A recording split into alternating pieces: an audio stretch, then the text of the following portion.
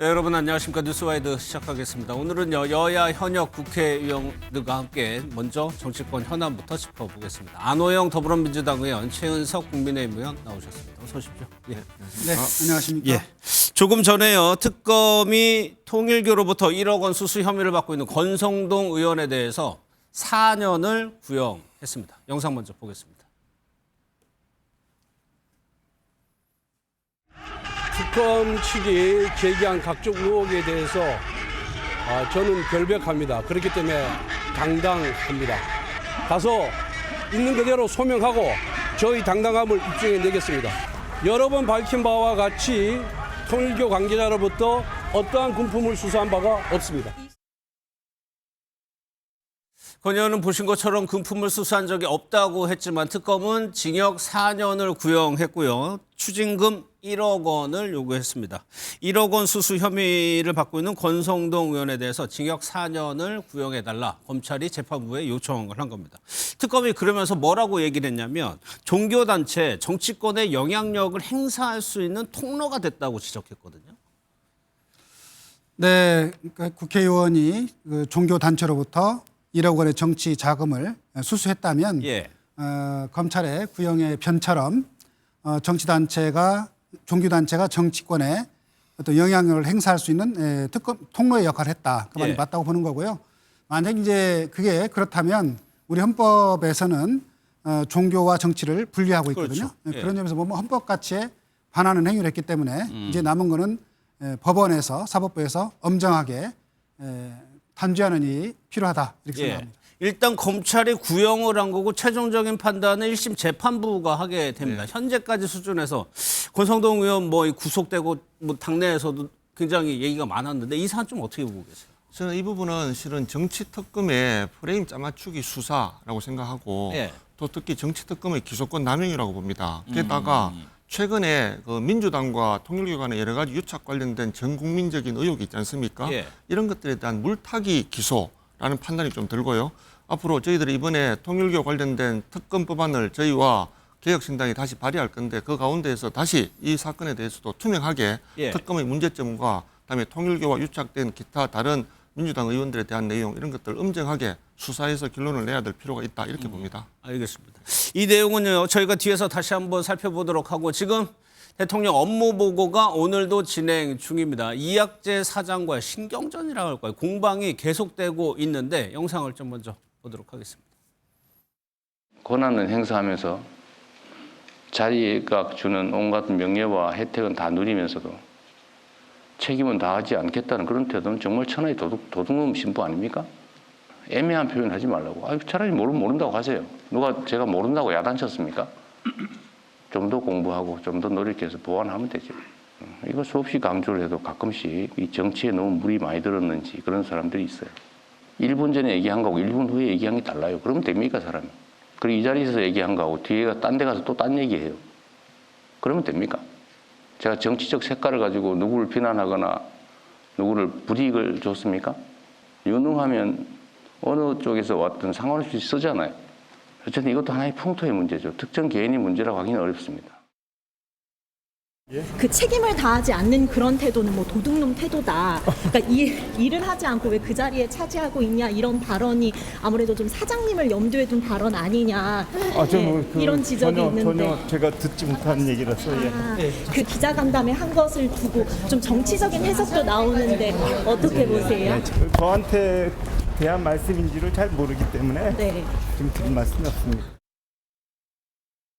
오늘 오전에 대통령의 말을 듣고 이제 기자가 이학재 사장에게 도둑놈 심보라는 거 이학재 사장 겨냥한 거 같다라고 하면서 의견을 물었는데 잘 모르겠다고 얘기를 했어요. 공사 사장하고요, 대통령하고요, 며칠째 지금 이렇게 공방을 벌이고 있다가 결국엔 도둑놈 심보라고 아주 강하게 비판을 한 것 같습니다. 대통령이. 이 사안 좀 어떻게 보고 계세요? 저는 이 문제에 관해서는 이렇게 봅니다.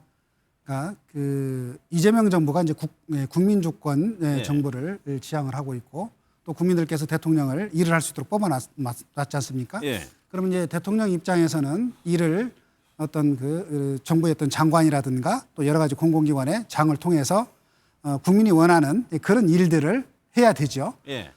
그러면은 예를 들어서 뭐 인천공항공사든 어떻든 간에 기관장들이 그 어떤 책임의식을 갖고 일을 해야 된다.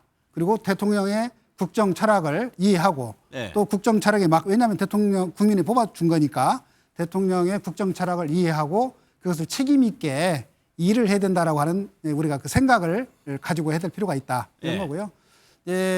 이학재 그 인천공항공사 사장에 관련해서는 그 외화 밀발춘과 관련돼서 네. 제대로 그것을 확인하고 있느냐 이렇게 물어본 적이 있죠. 그랬죠. 이제 그런 부분에 대해서 여러 가지 답변을 정확하게 못한 부분도 있습니다만은 예. 어쨌든 중요한 거는 자기가 맡은 일에 대해서 정확하게 책임 있게 일을 예. 해야 되는 것이 공직자의 바른 태도다. 만약에 그런 일들을 그런 책임의식을 갖지 않고 정확하게 업무에다 숙지를 못하고 하게 된다면 국민에 대한 책임을 다하지 못하는 것이다. 예. 이런 말씀이라고 생각합니다. 또 기자가 질문한 것도 이제 논란이 되고 있는 부분인데 계속 이학재 사장이 반박을 할수록 이게 정치적으로 접근하는 거 아니냐는 시각도 있거든요. 예. 이 부분은 어떻게? 저는 대통령이 그렇게 할 일이 없으신가 예. 하는 생각이 좀 듭니다. 실은 지금 오늘 이제 원달러 환율이 1,480원까지 치솟았습니다.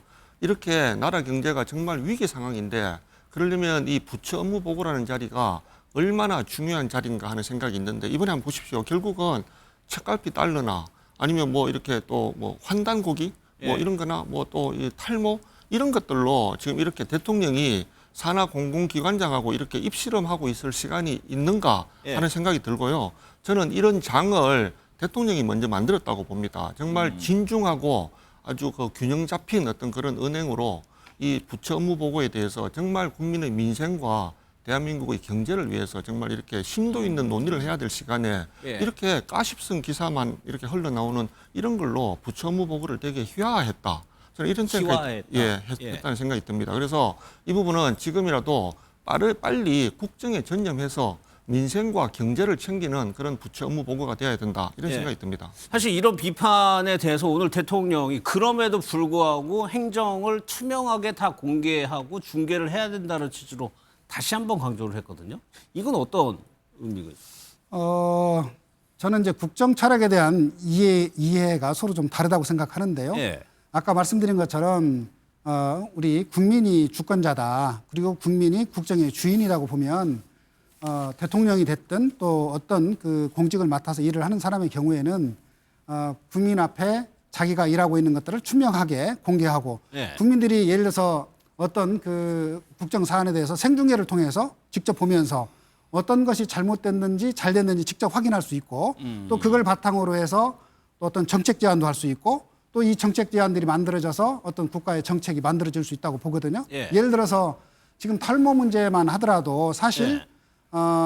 지금 그 탈모라고 하는 것이 미용의 문제가 아니고 예. 어떤 그 사람의 어떤 자존심 그다음에 또 취업의 문제 다 이게 관계가 있는 거거든요. 예. 그래서 실제 탈모 환자의 한 20, 30대가 한 40% 정도 된다는 거예요. 그만큼 중요한 문제이기도 하고 또 이런 그 외화의 밀반출 문제도 아주 중요한 문제죠. 예. 이런 문제들에 대해서 어떤 것들이 실제 책임 있게 되고 있는지 예. 또 이 탈모 문제에 대해서 정부 정책이 제대로 지금 혹시 잘못되고 있는 건지 예. 이런 현장에서의 그런 목소리를 직접 확인하고 또 국민들이 보면서 뭔가 대안을 얘기할 수 있도록 하고 그걸 국정을 반영할 수 있도록 하는 것은 예. 어찌 보면 지극히 정상적인 예. 그런 그 국정 운영인 거고 과거에 해보지 않았던 이제 그런 것들을 바로잡는 그런 저는 정치라고 봅니다. 알겠습니다. 그야말로 예. 국민주권 시대에 맞는 책임 행정의 어떤 그 제대로 된 모습이다. 이렇게 봐야 된다고 생각합니다. 두 분이 말씀하신 그 탈모약 문제요. 건강보험 급여 적용을 검토하라고 얘기를 했었죠. 그 얘기 한번 좀 들어보도록 하겠습니다. 이번 말고 저번 대선에 나올 때인데 탈모약 지원을 해주겠다고 공약한 일이 있거든요. 근데 이번에는 제가 안 했어요. 그래도 저한테 왜 약속해놓고 안 지키냐 그랬어요. 탈모도 병의 일부 아니냐. 그래서 젊은이들이 많이 쓴다고 하더라고요. 그거 혹시 검토해 보셨어요? 약간 유전적인 요인으로 생기는 그런 탈모의 경우에는 이제 의학적인 치료하고는 연관성이 떨어지기 때문에 건보급여는 하고 있지는 않은데 속된 말로 대머리니까 안 해준다가 원리인 것 같군요. 유전병은 그것도 유전에 의한 건데 이걸 생명- 병이라고 할 거냐 아니냐의 개념 정리에 관한 문제 아닌가요? 근데 이거 옛날에는 이걸 미용이라고 봤는데 요새는 생존의 문제로 받아들이는 것 같은데요? 이재명을 뽑는다고요? 이재명은 심는 겁니다. 앞으로 제대로 심는다 이재명. 선 당시의 공약이기도 했습니다. 최 의원님 아까 비판적으로 말씀하신 게 이 관련해서 구체적으로 그렇게 중요하지 않은 사안이라는 뜻이에요. 저는 실은 이 젊은 분들의 탈모에 대한 고민은 저도 충분히 공감합니다. 예. 다만 지금 우리나라 건보 재정이 내년 되면은 적자로 돌아서고 2030년 되면 준비금마저도 소진됩니다. 그러면 앞으로 이 건보 재정을 어떻게 쓸 것인가는 정말로 심각하게 고민을 거쳐서 국민 전체적인 어떤 그런 공감대가 형성돼야 되고 특히 암이나 이런 중증 질환자 또는 의료 사각지대에 있는 사람들에 대한 지원 예. 이런 것들 좀 더 중요한 의료와 관련된 그런 주제들이 많이 있음에도 불구하고 뭐 본인이 도지사 시절에 이렇게 탈모 샴푸를 사러 있는 직원을 뭐 이렇게 청담동에 보냈다는 이런 예전 사례도 있지 않습니까? 마치 본인이 특정 주제에 대해서 본인의 개인적인 철학이나 본인의 관심사를 이렇게 부처 업무 보고에서 그런 것들을 이렇게 툭 던지듯이 이렇게 예. 하는 것들은 정말 국정 최고 책임자로서 가져야 될 어떤 그런 자세와는 많이 떨어져 있다. 저는 예. 이렇게 생각합니다. 예. 안 의원께서는 이게 중요한 사안이라고 젊은 층들에게도 중요한 문제라고 보시는. 아니 당연히 그 문제는 중요한 문제죠. 아까도 잠깐 말씀드렸지만 현재 그 탈모 환자의 한 40% 정도가 20, 30대 젊은 사람들이라는 거예요. 예. 잘 알다시피 지금 20, 30대들의 삶이 참 어렵습니다. 한편으로 보면 어떤 그 사람의 어떤 자존심, 자부심에 관련된 문제이기도 하고 실제로 어떤 취업의 문제 또 어떤 결혼이라든가 이런 거 다 관계된 문제이기 때문에 예. 이 문제는 정말 국가가 사소해 보이는 것 같지만 정말 중요한 문제라고 하는 인식이 필요하고 또 그 이 문제에 대해서 관심을 갖는다고 해서 예를 들어서 암이라든가 이런 것들을 소홀히 한다는 뜻은 전혀 아니거든요. 예. 거기다가 또 암을 붙이는 거는 사안을 왜곡시켜서 하시는 주장이다 이렇게 말씀드리고 그리고 이 탈모에 대한 어떤 대책을 세운다고 해서 이것을 무조건 뭐 어떻게 하라는 것이 아니고 국가의 어떤 재정 상태라든가 건보의 재정 이런 것들을 감안해서 적절한 대책을 세웠으면 좋겠다. 이런 취지고 또 정은경 장관께서도 그러한 맥락에서 이런 재정에 관련된 부분까지 감안해서 탈모에 대한 대책을 검토하겠다. 지금 이렇게 예. 답변을 했거든요. 그러니까 이제 이것을 마치 무조건 뭐 재정에 대한 검토 없이 뭐 이 문제를 무조건 뭐 건보를 해야 된다. 예. 이렇게 얘기하는 것은 사안을 좀 왜곡해서 주장하시는 거죠. 알겠습니다. 오늘 또 국회에서는 이제 논란의 쿠팡에 대한 청문회가 열렸는데 글쎄요. 외국인 대표가 한국말 못합니다. 외국인 대표가 청문회 출석을 해서 이게 뭐냐 하는 좀 지적이 나오고 있는데 영상을 좀 먼저 보도록 하겠습니다. 왜 김범석 씨 안 나오는지 간단히 한번 입장 밝혀주십시오. Now the CEO of Coupang Korea, and so I am here to answer any and all questions. I am responsible. I'm happy to be here. 위원장님 이런 의미 없는 답변이 아닌 건 좀. 네, 이거 삭제해드리겠습니다. 삭제해드리고 Happy to be here 이런 거 번역하시겠습니까? 통역? 제가 번역해드릴게요. 내가 사장이다 나한테 질문해라 이 말 하신 건데. 그 이준석 의원님 혼자만 알아들으셨어요. 그래서 저 앞부분은 알겠습니다. 통역 듣고 예. 하겠습니다. Yeah, I'm sorry that I don't speak Korean. Are my answers being translated? 네, 한국인 위원장님, 브렛 매티스님께서는 물론 뭐 장모님, 처제, 아내, 안녕하세요 정도의 한국어를 구사하시지만 사실 여기서 의원님들이 논의하시는 내용들을 알아들으실 수는 없을 거라고 사료됩니다. 보신 대로 저런 모습이 연출이 됐습니다. 한국어를 모르니까 당연히 통역을 해줘야 되고요. 실제로 질의하는 거에 엉뚱하게 답하기도 하고요. 그러니까 청문회가 이게 의미가 이거 퇴색된 것 같기도 하고요. 네네.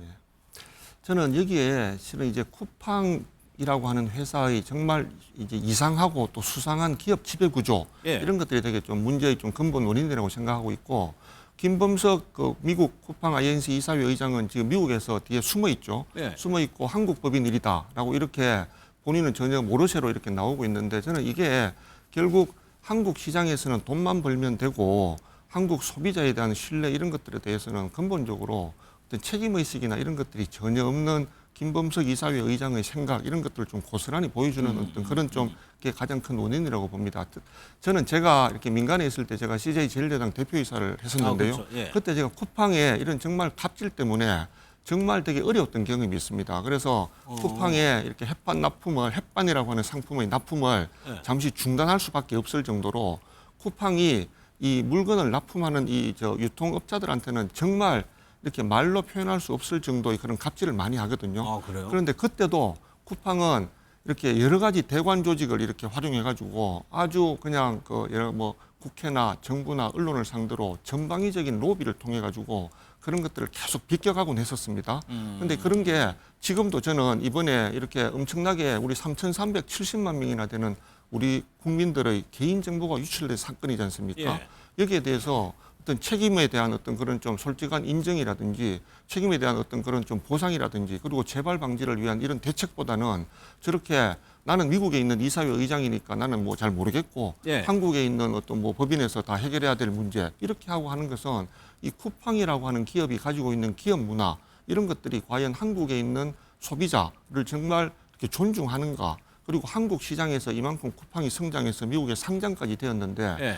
그런 것들에 대해서는 전혀 도외시하는 그렇죠. 정말 이렇게 말도 안 되는 이런 좀 어떤 경영 철학을 보여주는 사례라고 생각되고 저는 이 부분에 대해서는 정말 이번에 아주 엄정한 어떤 조치나 이런 것들이 정말 필요하다고 봅니다. 그러니까 실질적인 경영자 김범석 의장이 뭐 당연히 안 나고 전 대표도 안 나왔는데 그러니까요. 이제 여야 의원들이 김범석 의장 어딨냐고 계속 물어봅니다. 그 영상 좀 보겠습니다. 대한민국 국민의 개인정보까지 로켓 배송하고 있는 대단한 기업의 오너 김범석 의장은 무슨 나무늘보 코스프레를 하고 있습니까?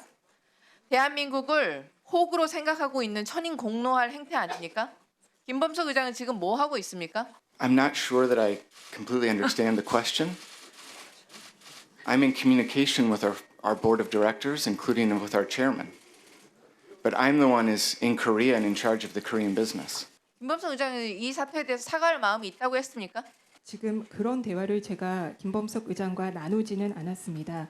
다만 저는 이제 한국의 대표이사로서 그 로저스 대표가 김범석 의장의 오른팔이라고 하지 않습니까? 지금 당장 전화하세요. 오늘 오후라도 화상회의로라도 이 청문회에 참석할 수 있도록 조치를 취해 주시기 바랍니다. 증인이 배출한 불출석 사유서는 배부해드린 자료를 참고해 주시기 바라며 불출석한 증인은 고발할 것입니다. 이런 상황이다 보니까 또 하나의 비판이 우리나라에서 그렇게 많은 돈을 벌어가면서 진짜 우리나라 고객에 대해서는 잘 생각을 하지 않는 것 같다. 정부 여당에서요. 이런 쿠팡에 대해서 어떻게 대응하는 조치 같은 거 없을까요? 이번 쿠팡의 이 김범석 의장이 국회에 출석하지 않는 것은 정말 우리 국회 또 국민을 무시하는 그렇죠. 무책임한 태도라고 생각을 하고 이 좌시하지 않고 이 부분에 대한 대책을 확실한 대책을 세워야 된다고 생각합니다. 예. 아시는 것처럼 지금 3,370만 명의 개인정보가 유출이 됐는데 이로 인한 그 피해 확산이라고 하는 것은 상상하기 어려울 정도로 클 것이다라고 하는 게 전문가들의 얘기입니다. 그러면 응당 이 문제에 대해서 책임 있는 글로벌 회사라고 한다면 정부에서도 이 문제에 대한 대책을 또 세워야 되겠지만 기업 입장에서도 이 문제의 원인이 뭔지 또 향후에 어떻게 해야 될 것인지를 국회 정부와 국회에 와서 그 대책을 얘기하고 함께 세워야 되는 게 응당 책임 있는 이런 그 태도라고 보는데 전혀 지금 출석하지 않고 있는 거죠. 네. 이것은 국회와 이런 또 정부 또 우리 국민을 무시하는 것이기 때문에 비난받아야 마땅하다 이런 겁니다. 그런데 지금 현행 현행 우리 국회법상으로 보면 청문회 증인으로 불출석하는 경우에 사실 이런 외국인이 해외에 있을 때 이거를 우리가 고발도 하고 또 동행할 수 있는 그런 명령 제도도 있긴 합니다만은 출석하지 않는 경우에는 사실 이거 집행하기가 어려운 이런 또 한계도 있습니다. 그래서 이 문제에 대한 대책을 국회 차원에서 좀 세울 필요가 있다 이렇게 지금 보고 있고요. 관련돼서는 예를 들어서 뭐 입국을 출입국 관리법상 입국을 금지한다든지 하는 여러 가지 또 그 대책을 세울 필요가 있다. 예. 그런 부분을 포함해서 여러 가지 대책을 강구할 필요가 있다고 생각합니다. 알겠습니다. 이제 정치권 상황도 좀 살펴볼 텐데 먼저 국민의힘에서 당명 변경 이런 걸 좀 검토하는 것 같습니다. 장동혁 대표에게 먼저 들어보겠습니다. 많은 의원님들께서 당명 개정에 대한 말씀도 주셨습니다. 단순한 당명 개정이 아니라 국민의힘이 새롭게 태어나기 위해서 방향을 재정립하고 보수의 가치를 재정립하는 작업이 필요한데 그에 수반돼서 당명 개정이 필요하다면 당명 개정도 함께 검토할 수는 있다고 생각합니다. 그러나 당명 개정은 전 당원의 총의를 모아서 결정할 문제라고 생각합니다.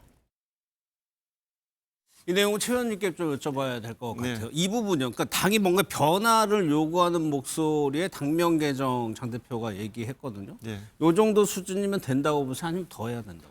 지금 이제 최근에 이제 장동혁 대표께서 당의 여러분들하고 그다음에 당 외에 있는 분들 많이 만나서 여러 가지 소통을 좀 활발하게 좀 진행하고 있고 결국 당이 변화하고 혁신하고 또 미래로 나아가기 위한 통합 같은 것들이 되게 필요하다 하는 생각에 대해서는 다들 공감하시는 것 같고요. 그런 여러 가지 앞으로 당의 혁신 방향 중에 하나로 필요하다면은 당명을 바꾸는 것들도 당연히 이렇게 여러 이제 당원들과 또는 이제 전체 우리 국회의원들과 다 같이 한번 좀 소통을 통해 가지고 그런 당명 개정하는 것도 당연히 좀 긍정적으로 볼 수 있다라고 말씀하신 것 같고 저는 그런 부분들이 앞으로 이제 당의 미래를 위해서 필요하다면 당연히 이제 다들 아마 공감대를 이루어서 이렇게 당명 변경을 추진하는 것 이런 것들도 다 열려 있다고 봅니다. 최 의원님이 지금 대구신 거고 안 의원님이 전북이세요. 그러니까 각 당의 텃밭의 여론은 누구보다 잘 아실 것 같은데 지금 국민의힘을 보는 TK의 여론이라고 할까요? 정서라고 할까요?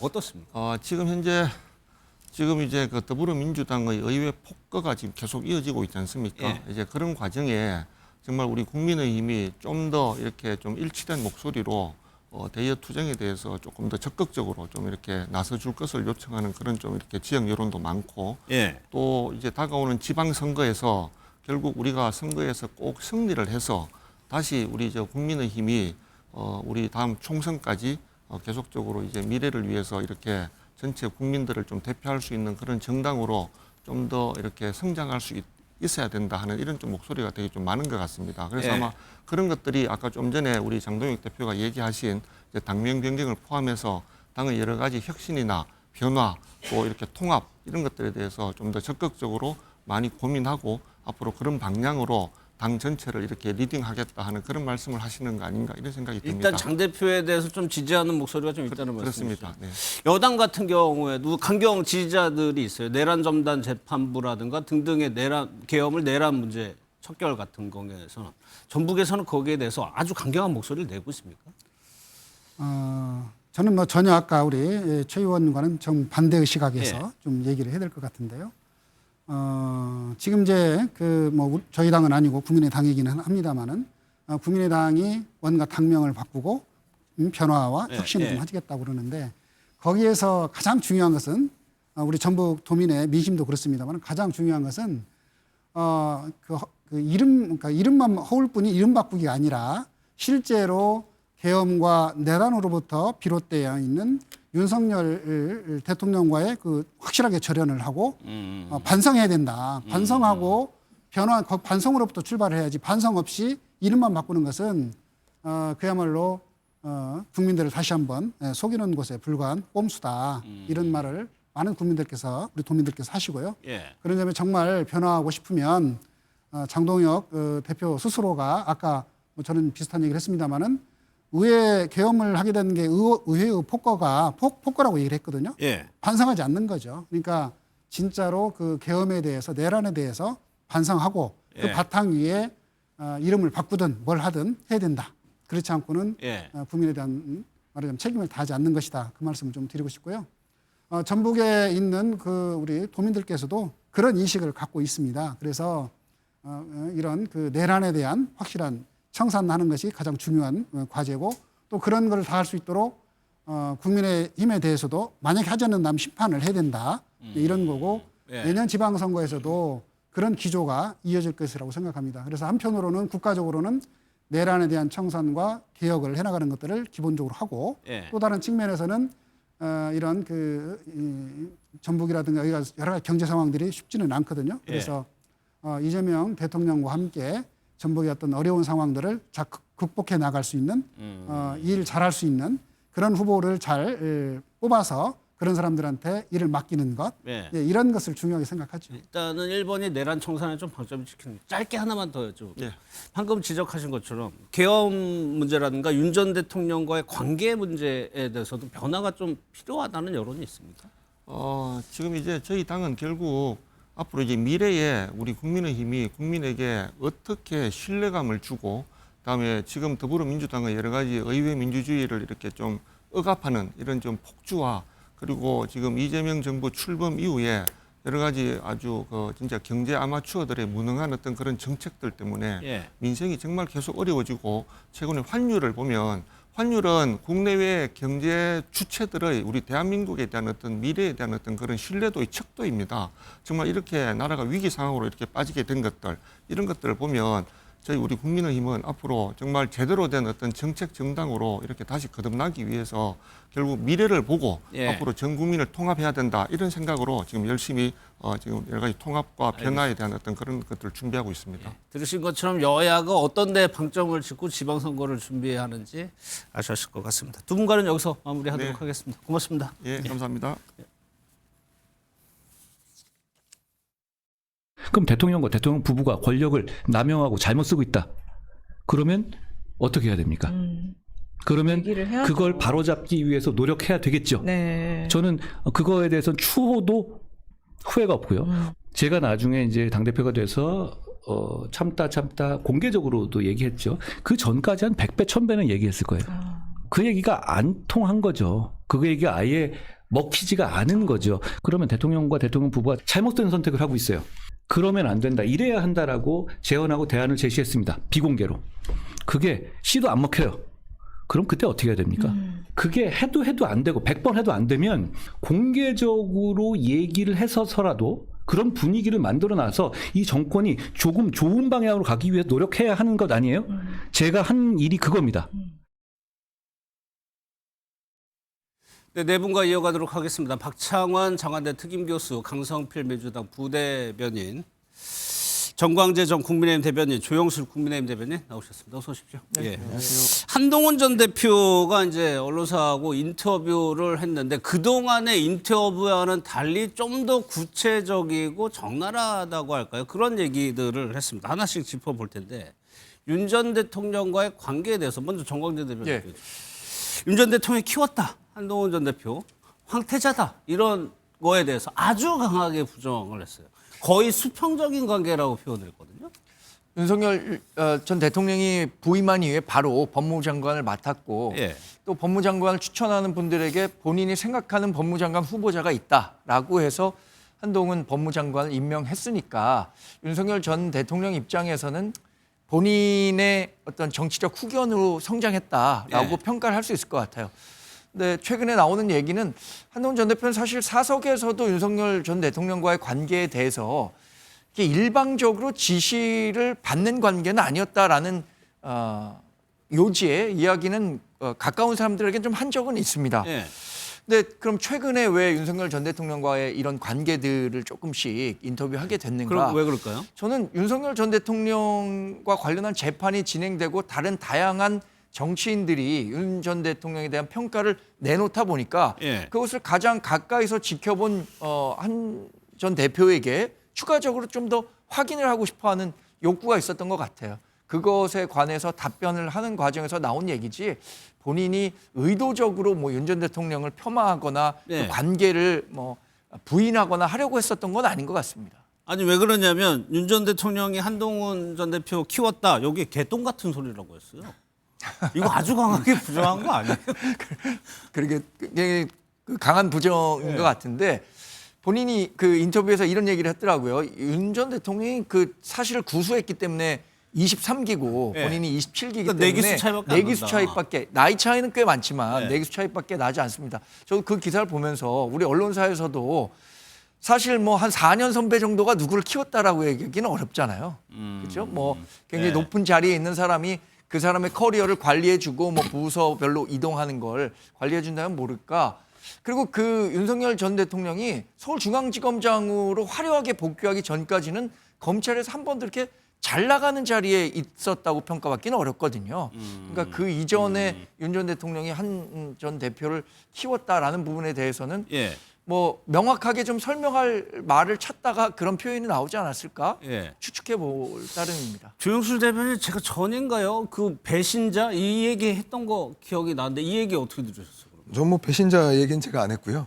그 기본적으로 키워준 건 맞죠. 그 한동훈 지금 전 대표가 지금 이야기하고 있는 건 정치인으로서 이야기 아닙니까? 예. 정치인 같은 경우에 특히 이제 법무부 장관을 했다는 것은 대통령이 이제 임명하는 고유의 자리이고 그리고 대통령의 지시를 받는 내각의 참모입니다. 예. 그렇기 때문에 그걸 갖다 상하 관계를 갖다 부정하는 건 말이 안 되고 뭐 지금 현재 뭐 민주사회에서 뭐 계급을 나눠서 위아래가 있는 건 아니지만 어쨌든 업무 상태에서 봤었을 때 분명히 상하 관계는 있었고 예. 본인이 그걸 거침없이 얘기할 수 있는 참모일지는 몰라도 그걸 갖다 그 역학 관계라던가 그 구조를 갖다가 부정하면 안 되는 거죠. 그래서 정치인으로서의 그 한동훈 대표의 답변은 저거는 조금은 핀트가 어긋난 부분이 있다 이렇게 판단이 됩니다.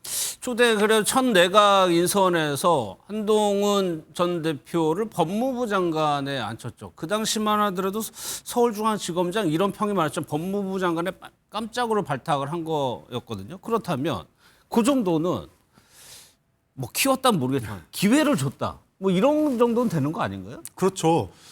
검사장 서울중앙지검장을 하다가 예. 뭐 또는 뭐 그 정도 검사장급에 있다가 법무부 장관으로 올라온다 쉽지 않은 일입니다. 예. 그렇기 때문에 저는 이제 와가지고 뭐 윤석열 전 대통령의 불통 이미지 뭐 이런 것들에 대해서 인간적인 면모 이런 걸 얘기하는 건 결국은 이제는 각자 도생의 길을 걷는 거 아니냐. 그러니까 정치적으로는 뭐 탄핵이라든지 계엄이라든지 이런 거에 대해서는 차별화를 그동안 해왔는데 예. 이제는 뭐 윤 전 대통령의 재판이 곧 뭐 한두 달이면 이제 유죄가 곧 선고될 것 상황 아니겠습니까? 그렇죠. 본인의 예. 정치적인 독립적인 정치 활동을 앞으로 해 나가야 되는데 그러기 위해서는 친윤 이미지, 윤석열의 황태자 이미지로는 더 이상 진전하기가 어렵습니다. 이제 그렇기 때문에 겉으로는 그렇게 보였는지 모르겠지만 예. 저희 그렇게 친한 사이 아니었어요. 그리고 인간적으로도 당신 윤석열 대통령이 있을 때 뭐 했냐 도대체 이 지경 될 때까지 제가 수백 번, 수천 번 직언을 드렸죠. 그런데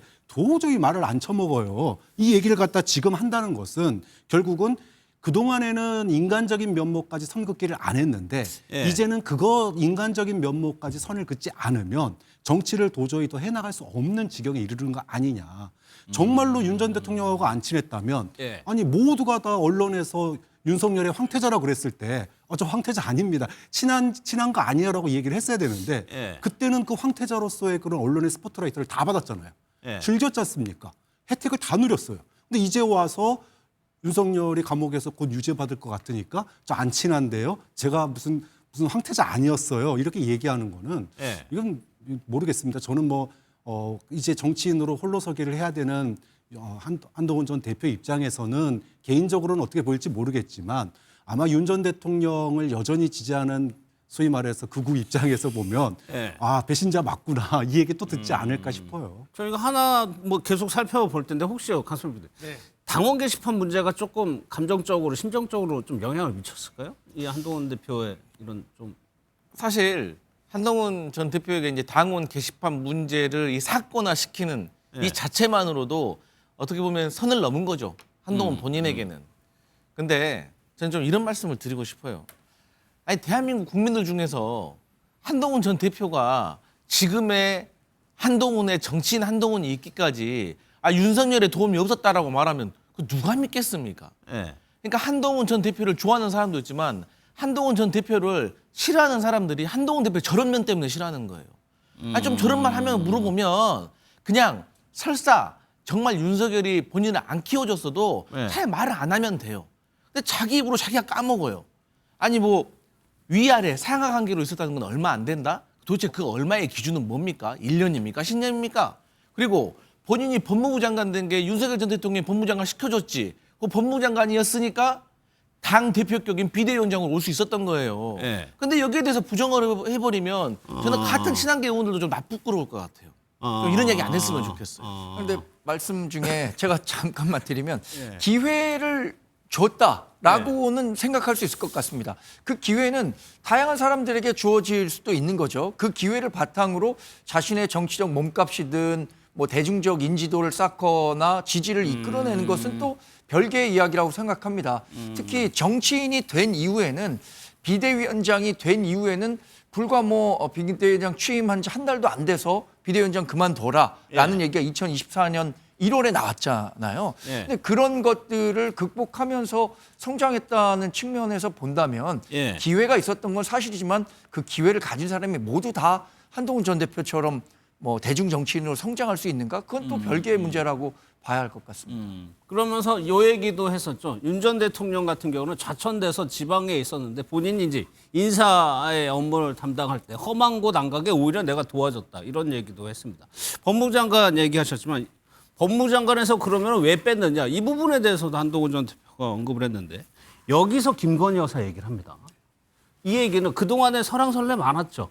왜 법무부 장관에서 그 뺐을까에 대해서 김 여사 문제를 제대로 처리하지 않은 거 아니냐 추정이 많았었는데 본인이 봐주지 않아서 자기를 뺐다고 얘기를 했어요. 네, 뭐 그 부분은 뭐 사실일 수도 있고요, 아닐 수도 있는데 좀 시간관계를 좀 봐야 될 것 같아요. 그러니까 비대위원장으로 소위 발표 나기 직전에 한동훈 전 법무부 장관 마지막 시절인가 옮기기 직전인가 나중에 가면은 김건희 특검의 일부를 갖다가 수용할 수도 있다라는 그런 뉘앙스의 발언을 했었거든요. 근데 그것 때문에 비대위원장으로 밀려난 거냐? 아니면 근데 그게 날짜가 며칠 상관이에요. 하루 이틀 상관이기 때문에 이미 비대위원장으로 가기로 돼 있었고 그렇기 때문에 본인이 이제는 자신의 정치를 해야 되기 때문에 김건희 문제는 털고 가야 된다. 이런 차원에서 장관 그만두면서 한 얘기인 건지. 즉 그런 점에 있어서는 본인은 속으로 어떻게 생각하고 있었지 모르겠지만 바깥에서 봤을 때는 김건희 씨 문제를 잘 처리하지 못하고 또는 봐주지 않으니까 나 법무부 장관에서 빼가지고 비대위원장 시켰다? 이게 말이 안 되는 게 정말로 그 김 여사 문제를 정면으로 치고 들어갔으면은 그런 사람을 비대위원장 안 칠 수 있습니까? 그 당시 윤석열 전 대통령. 그 생각이 들더라고요. 그런 점에서 본다면 시점상으로는 본인이 오히려 비대위원장으로 내정되고 법무부 장관을 그만두는 시기에 오히려 그 차별화를 꾀하는 그런 발언을 한 게 아니냐. 그래서 그 1월 달에 소위 말하면은 뭐 문자 1심 논장이 나온 건 1월 달이거든요. 이 발언한 건 12월 달입니다. 그러니까 결국은 본인이 김 여사 문제에 대해서 봐주기 수사를 거절했기 때문에 비대위원장으로 좌천된 게 아니고 비대위원장으로 가서 총선 이끌려고 이미 내정돼 있는 상태에서 본인의 정치를 시작하기 위해서 특검 일부를 수용하는 건 불가피하다는 말을 한 게 아니겠느냐라고 하는 그런 추측이 되는 거고 그래서 그게 1월 달에 소위 말하면은 문자 1심 논란으로 커진 거 아니겠느냐. 시간적으로 보면 그런 해석도 가능하다는 거죠. 제가 들은 이런 생각도 들던데 조영수 님. 이것이 혹시 그러니까 이 얘기는 여권이나 어디에서 김건희 여사를 봐줘야 된다라는 여론이 있었다는 얘기거든요. 그 얘기를 하고 싶어서 좀 한 얘기는 아닐까요? 저는 그냥 후천적 해석으로 좀 보이는데요. 이제 김건희 여사에 대한 논란은 그 이제 한동훈 대표가 이제 비대위원장으로 이제 간 다음에 특히 이제 많이 벌어졌는데 아까 이제 방금 전에 교수님께서 말씀해 주신 것 같이 비대위원장이라는 자리가 법무부 장관보다 더 센 자리입니다. 실제로 정치권에선 특히 이제 선거를 앞두고 있는 비대위원장은 거의 뭐 전지전능한 권한을 거의 갖고 있거든요. 그렇기 때문에 그거를 그 자신이 그 미움을 받아서 좌천이 됐다라는 해석은 나중에 후천적으로 해석했을 가능성이 전 크다라고 보고 있고 그리고 비대위원장으로 이제 제2함에서 활동하다 보니까 결국엔 자기 정치를 하고 싶었을 거예요. 이제 장관이 아니라 이제 비대위원장으로서 나의 이제 내 스타일의 정치인으로서 그렇죠. 내 스타일의 공천을 하고 싶고 이러다 보니까 그런 과정에서 이제 비대위에 대해서 김건희 여사 문제가 굉장히 불거진 거거든요. 그러다 보니까 이제 당내 이제 갈등이 됐고 결국엔 그게 이제 총선의 이제 패배로 이어지는 그 결과까지 나오게 되는데 결국엔 그걸 갖다가 이제 문제를 갖다 지금 해석하려고 하니 이거에 대한 이제 후천적 해석이 있었던 게 아닐까 그런 생각이 좀 듭니다. 또 하나 김 여사와 관련한 왜 국회에서 한동훈 전 대표하고 김 여사가 왜 이렇게 문자 많이 주고받았냐 몇 차례 질의했던 것 같은데 여기 그때 술 얘기 안 했었죠. 술 먹고 지각했다고 얘기를 했거든요. 그래서 뭐 이제 한동훈 전 대표는 뭐 윤석열 전 대통령이 뭐 음주하고 나서 뭐 늦게 들어오고 뭐 그러니까 연락했다고 이렇게 쉽게 말해서 뭐 개인적인 어떤 그걸로 좀 치부를 하려고 하는 것 같은데 저는 좀 그런 질문을 하고 싶어요. 그러면 이제 우리가 한간에 시간을 좀 되돌려 보면 그 한동훈 전 법무부 장관을 이 비대위원장으로 영입하기 전에 예. 국민의힘에서 보수 측에서 어떤 말이 엄청 많이 돌았냐면 대한민국에서 유일하게 윤석열 전 대통령을 설득할 수 있는 단 한 사람, 한동훈 이렇게 해서 데려왔어요. 설득할 수 있는? 네. 그러니까 다른 사람이 말하면 화내지만 한동훈 전 대표가 윤석열 전 대통령에게 얘기하면 화 안 내고 들어준다. 검찰할 때도 수사할 때도 뭐 서로 이렇게 해왔다. 예. 그래서 한동훈 비대위원 데려와야 된다라는 말을 했었거든요. 그러면서도 사실 또 한동훈 전 대표가 뭐 총각 시절에 뭐 김건희 여사가 뭐 어디 가면 뭐 넥타이도 꼭 2개 사가지고 한동훈 예, 대표도 예. 주고 뭐 반찬도 챙겨주고 뭐 이런 미담들이 막 쏟아졌었잖아요. 그때 당시. 예. 그때는 뭐 별말도 안 하다가 그럼 그때도 말했었어야죠. 그런 일 없다.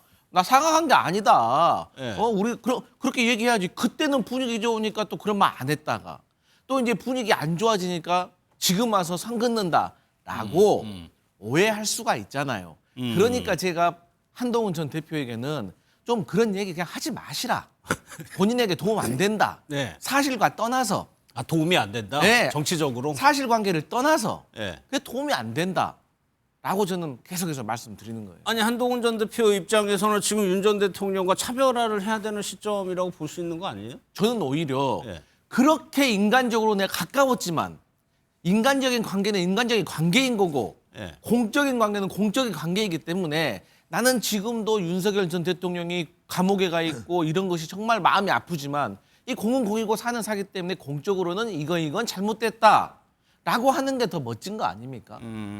뭐 이제 와서 본인이 법무부 장관도 시켜주고 거의 비대위원장도 시켜주다시피 했는데 예. 이제 와서 선 긋고 이건 좀 아닌 것 같다. 그러니까 과거의 인간적인, 감정적인 관계까지 들칠 필요는 없다는. 네, 그런 말 할 필요가 없는 거예요. 정관재 대표는 어떻게 생각하세요? 아니 지금 한동훈 전 대표가 윤석열 전 대통령에 대해서 어떤 개인적인 품평을 한다거나 이런 거 있나요? 개인적인 사감을 갖고 윤 전 대통령에 대해서 비판을 하는 건 아니죠. 예. 아까 얘기하신 것처럼 공적인 관계와 인간적인 관계가 있는 상황에서 저는 제가 아는 한동훈 전 대표는 상당히 그 사적 관계보다는 공적인 관계를 훨씬 중요시 해왔던 사람이라고 생각합니다. 실제로 그 김건희 여사와 카톡이 오고 간 것에 대해서 국회에서 그렇게 많은 질문을 받았을 때 예. 본인이 모셨던 분에 대해서 어떤 술 때문에 출근을 못해서 연락이 안 됐기 때문에 그렇게 김건희 여사와 얘기할 수밖에 없었다라는 대답하지 않았어요. 다만 예. 당시 검찰총장과 연락이 잘 안 되는 시기에 김건희 여사에게 연락을 했다. 이 그런 정도만 식으로 얘기했었던 표현했죠. 거죠. 그것은 윗사람을 모시는 아랫사람으로서의 당연한 일이었다고 생각하고 지금 한동훈 전 대표가 윤석열 전 대통령에 대해서 정말로 인간적으로 나와는 완전히 관계가 없는 사람이고 과거에도 이렇게 좋았던 관계가 아니다. 이런 얘기를 하는 건 아니죠. 예. 과거에 본인이 어떤 이야기를 했었는데 윤석열 전 대통령과의 소통이 잘 안 된 측면 이런 것들을 인터뷰하다가 부각이 된 것이지 적극적으로 나는 윤 전 대통령과 이런 뭐 어떤 개인적인 인연도 어떤 애정도 없는 사람입니다. 이걸 얘기하는 건 아니잖아요. 예. 거기 아까 강성필 부대변이 얘기한 게 유일하게 뭔가를 건의할 수 있는 사람이다. 그러니까 앞서 저희가 영상을 봤지만 그래가지고 100번, 1000번 얘기를 했지만은 나는 할 만큼 했지만 윤 전 대통령 듣지 않았다 취지로 얘기를 한 거잖아요. 네. 한동훈 대표는. 네. 근데 그래서 제가 좀 드리는 말씀이 그러니까 이제 억울한 면이 있을 수도 있겠죠. 그러니까 나는 그런 뜻으로 말하지 않았지만 사람들 그러니까 나는 A를 얘기했지만 사람들은 B로 이해를 하잖아요. 예. 그러면은 커뮤니케이션 법칙이라고 나는 A를 얘기한 게 아니라 B를 얘기한 거예요. 그래서 그만큼 공인이고 정치 지도자격에 있는 사람들은 말을 신중하게 하고 조심해서 해야 된다는 게 예. 이래서 나오는 말인 겁니다. 예. 근데 거기는 조금 하나 더 얘기를 할 필요가 있는데 이런 얘기를 하는 게 한동훈 전 대표뿐만이 아니라는 거예요. 그 무슨 얘기냐면 윤한홍 의원이 지난번에 이제 윤 전 대통령에게 의대 정원 문제 얘기했다가 평생 못 들어본 욕설 다 먹었다. 그렇죠. 그런 얘기를 한 적이 있잖아요. 그러니까 즉 과거 윤 전 대통령의 복심이라고 불렸던 최측근이라고 불렸던 인사들이 왜 이제 와가지고 나는 그때 쓴소리를 했다. 대통령에게 바른 소리를 했는데 대통령이 안 들어줬다라고 지금 와서 얘기를 하느냐라는 거죠. 예. 그 얘기는 이제는 윤 전 대통령과 확실하게 선긋기를 친윤조차도 선긋기를 하는 시기가 왔다라는 거예요. 예. 더 이상은 윤 전 대통령을 안고는 국민의힘이라고 하는 그런 타이틀을 가지고 우리가 소위 말해서 보수 지지층뿐만 아니라 선거에서 이기는 어렵다라고 하는 것들이 예. 이제는 확실한 상황이고 더 이상 안고 가기 어렵다라고 하는 판단이 내려졌기 때문에 정치적인 판단으로서 친윤계 내부에서 이런 목소리들이 터져 나오기 시작한 거고 예. 한동훈 전 대표뿐만이 아니고 뭐 윤한원 의원뿐만 아니라 다른 뭐 주호영 의원도 윤어게인 가지고는 안 된다 그런 뉘앙스를 하지 않습니까? 예. 이런 얘기들이 우리가 쓴소리를 안 한 건 아니다. 윤 전 대통령이 우리 할 만큼 했다라고 하는 얘기는 다음 이제 지방선거나 이럴 때 펴달라고 해야 될 거 아닙니까? 예. 그럼 유권자들이 물어볼 거예요. 이 지경 될 때까지 너네 뭐 했어? 윤 전 대통령한테 쓴소리 안 하고 뭐 했어? 그러면 그때 가서 설명하면 너무 늦거든요. 그래서 이미 지금부터 선긋기에 들어간 거다. 그렇게 봐야 될 거예요. 조영술 대변인은 개인적으로 이 한동훈 전 대표의 오늘 인터뷰가 어떤 정치적인 포석, 목적, 뭐가 좀 있다고 보세요? 지금 현재 이제 뭐 당원 게시판뿐만이 아니라 네. 이제 한동훈계에 대해서 이제 우리가 뭐 몰아내려고 한다. 뭐 이런 것들에 대한 이제 불만, 불안감 이런 것들이 좀 표출이 된 것 같은데 좀 이제 쓰는 어휘나 이제 그런 단어들은 어떻게 보면 아까 이제 우리 강성필 부대변인께서 말씀하셨던 것 같이 적절하지 않은 단어들을 많이 나열을 했습니다. 네. 특히 이제 어떻게 보면 당의 이제 당대표였고 지도자였던 분이고 대선 주자를 이제 꿈꿨던 분이라면 언어를 쓰는데 굉장히 신중해야 되는데 예. 과거에 있었던 것을 모두 절연하고 개똥 같은 소리다 뭐 이런 걸로 해가지고 절연이 되는 게 아니거든요. 그래서 본인이 다른 정치를 보여주고 다른 비전을 보여주고 다른 가야 될 길들을 보여줘야 되는 것이지 예. 과거를 갖다 부정한다고 해서 그 둘 간의 관계가 사라지지 않습니다. 그리고 대부분의 국민들이 바라볼 때 한동훈 대표와 이제 윤석열 전 대통령의 관계를 갖다가 그 관계 없는 관계로 보는 사람은 아무도 없거든요. 예. 굉장히 오랜 기간 검찰 내에서 이제 10년, 20년 동안 쌓아온 관계로 보는 것들이 일반적인 견해였고 그리고 한동훈 대표도 그거에 대해서 부정하지 않았었고 그거에 예. 대해서 인정을 해왔던 분이거든요. 그래서 지금 와서 그걸 갖다 부정한다고 해서 부정이 되는 게 아니라고 저는 생각합니다. 그러면 지금 당내에서 당원 게시판 뭐 김종효 전 최고위원 징계 들고 이 갈등이 더 커질 가능성이 높은 상황입니까? 그러면? 지금 실제로 이제 어떻게 보면 이제 당무감사위원회 같은 경우는 어떠한 혐의나 이제 어떠한 이제 처벌 사항을 할 때 다 세게 때립니다. 언제나 세게 때리거든요. 2년, 1년 뭐 어쩔 땐 뭐 제명 그냥 무조건 세게 구형합니다. 예. 근데 이제 윤리는 이제 그 당무감사위원회 같은 경우는 실제로 저도 이제 당무감사위원회 활동을 해봤지만 예. 당내 여론에 맞춰서 좀 구형을 하는 경향이 있습니다. 하지만 이제 윤리 같은 경우는 그렇게 하지 않거든요. 엄밀하게 당원 당규나 좀 이런 낮추던가요? 걸 그렇죠. 당원 당규를 기반으로 해서 기존에 있던 소위 말했던 징계 예. 범위를 넘어서지 않게 합니다. 그렇기 때문에 뭐 실제로 2년이 구형될 가능성은 2년이 이제 징계로 이제 될 가능성은 굉장히 적지만 실제 윤리와 이제 당무감사의 역할이 다른데 지금 윤리도 구성이 되어 있지 않고 당무감사위에서 세게 어떻게 보면 이제 구형을 한 걸 가지고 네. 지금 지나칠 정도의 지금 반응들이 쏟아져 나오고 있거든요. 그리고 장동혁 대표 같은 경우도 저도 물어봤고 이제 오늘 이제 백브리핑에서도 얘기를 했지만 예. 당무감사위원장하고 자기는 최근에 전화한 적도 없고 대화를 네. 나눈 적도 없다 이 건에 대해서. 그래서 당무감사위에서 나온 발표를 가지고 자기는 아직 정식적으로 최고위에서 보고를 받은 것도 없다라는 거거든요. 예. 그렇기 때문에 그런 상황에서 지금 너무나도 세고 예민한 반응들이 나오는 게 아닐까. 그게 당내의 기본적인 알겠습니다. 이 얘기는 뒤에 잠깐 더 얘기를 해볼게요. 또 하나 장면 기억하실 겁니다. 한겨울에 서천에서요. 한동훈 전 대표 비대위원장 시절 먼저 가서 윤 전 대통령을 눈을 맞으면서 기다리던 장면 기억하시죠? 이 장면입니다. 90도 인사를 하면서 이 당시에 둘 사이에 갈등이 있다는 보도 많이 나왔는데 이 장면으로 해가지고 봉합된다라는 해석 기사가 많이 나왔어요. 그런데 이걸 어떻게 표현했냐면 일부러 대통령의 면을 세워주기 위해서 만든 거라고 얘기를 했어요. 네, 참 정신승리다 이렇게 얘기할 수밖에 없는 게 예. 당시에 저 이때도 방송하고 있었는데 이거 보면서 야 석고대제도 저렇게는 안 한다. 눈 오는데 굉장히 옷을 얇게 입고 있었어요. 그렇죠. 30분 동안 정말 벌벌 떠면서 대통령 딱 오니까는 90도로 폴더 인사하는 게 예. 누가 보더라도 이거를 갖다 석고대제로 봤지. 내가 거의 일부러 머리 숙여준 거야 이렇게 해석하는 경우는 1년이 지나서 이제서야 그런 해석이 가능할지 모르겠지만 예. 당시에는 모든 사람들이 그 전날 무슨 일이 있었습니까? 밤에 갑자기 난리가 난 거예요. 그랬죠. 비대위원장 자르라고 도저히 대통령실에서 오다 왔다. 그래가지고 난리가 난 상황이었습니다. 그래가지고 하루 종일 난리가 난 상황에서 그거 부랴부랴 내려가가지고 석고되지 않은 모습 보인 거거든요. 그렇기 때문에 물론 이게 봉합의 의도가 있었고 예. 그런 모습을 보이는 거라고 하는 결과론적으로는 뭐 본인이 내가 숙여줬다라고 얘기할 수 있겠지만 국민들이 봤을 때는 국민의힘이라고 하는 당은 비대위원장들은 또 저렇게 대통령에게 또 끌려가는구나. 예. 찍소리 못하는구나. 또 석고대죄하고 90도 폴도 하는구나. 이렇게밖에 국민들은 판단할 수 없었거든요. 예. 근데 이제 와가지고 내가 뭐 당의 화합을 위해서 봉합을 위해서 머리 숙여줬다. 이거야말로 정신승리 해석인 거죠. 예. 그러니까 갈등 봉합이 있고 갈등 봉합 수순이라는 게 기자들 쓰는 말이죠. 이거는 그 당시에 저 사진 공개돼 갈등 봉합됐다. 라고 하면서 한동훈 전 대표가 윤 전 대통령이 말 그대로 수그렸다라는 해석이 많았는데 이걸 만들어줬다 이런 표현을 썼단 말이에요. 사실 한 전 대표가 비대위원장 시절에 2번의 사퇴 요구를 받았습니다. 대통령실로부터. 한 번은 비대위원장이 이제 취임하기 바로 직전이죠. 법무부 장관에서 이제 비대위원장 취임하기 직전에 아까 박 교수님 말씀하신 것처럼 김건희 여사 특검과 관련해서 총선 후에 받아들일 수도 있다라는 요지의 언론 보도가 나왔어요. 근데 당시에 대통령실이 이게 누가 한 얘기냐? 맨 처음에 한 전 대표를 의심해서 그 발언에 대해서 책임지고 그만두라라는 요구가 왔었는데 불과 몇 시간 만에 이 발언이 한 전 대표가 한 것이 아니라 당시에 이철규 사무총장이 했었던 발언이다라는 사실이 알려지면서 그건 카드가 뒤집어진 거죠.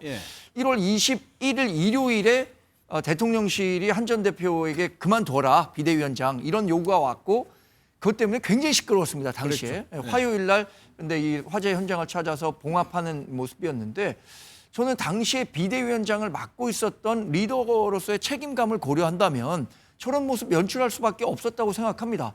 당장 총선이 이제 뭐 두세 달밖에 남지 않았는데 대통령실과 당을 이끌고 있는 비대위원장의 갈등이 폭발하게 될 경우에 그에 대한 후폭풍을 누가 책임지게 되느냐.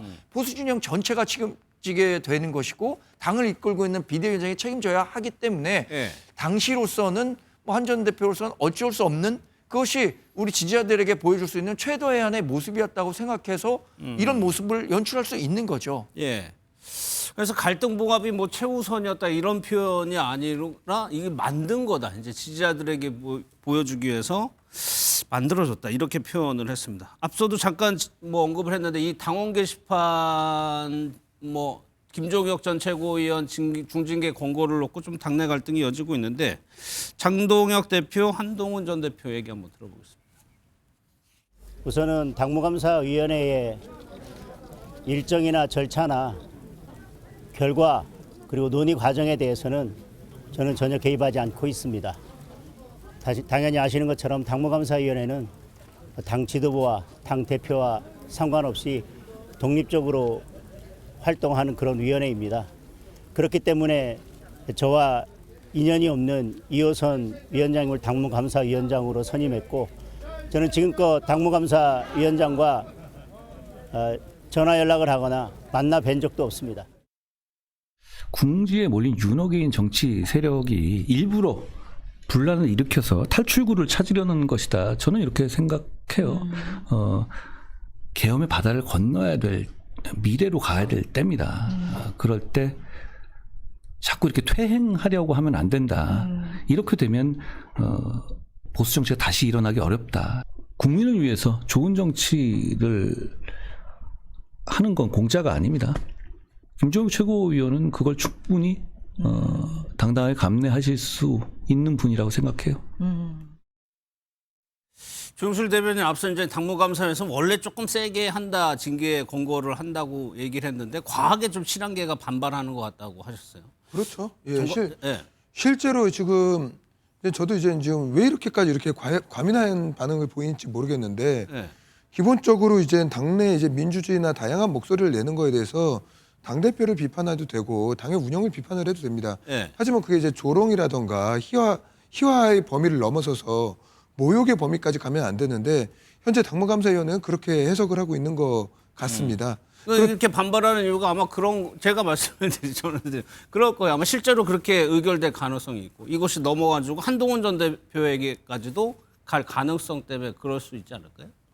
아직 뭐 당원 게시판 관련해 가지고 아직 당무감사에서 아직 발표를 하지 않았기 때문에 네. 뭐 이제 우리가 짐작을 할 수는 없지만 이제 뭐 이제 김종혁 전 최고위원에 대해서는 이미 이제 징계 권고가 이미 확실하게 나왔으니까 네. 그 당무감사에는 그렇게 해석하는 부분들이 있고 그리고 장동혁 대표 같은 경우도 당 내부 분란에 대해서는 이제 단호하게 대응하겠다라고 오늘 말씀을 하셨거든요. 그렇기 때문에 그러한 이제 연결선상에서 봤을 때 당내 분위기든 지금 현재로서는 좀 그러한 행태들에 대해서 좀 엄격하게 적용을 해야 된다는 분위기가 전체적인 분위기인 건 맞는 것 같습니다. 그러면 만약 김종혁 전 최고가 가처분 신청이라도 낸다고 하면은 거기에 더 걸리는 거네요. 그러면? 가처분 같은 경우 거의 인용될 가능성은 없고요. 네. 그 김종혁 전 최고위원이 이제 최고위원 시절에 그 말씀을 하셨었어요.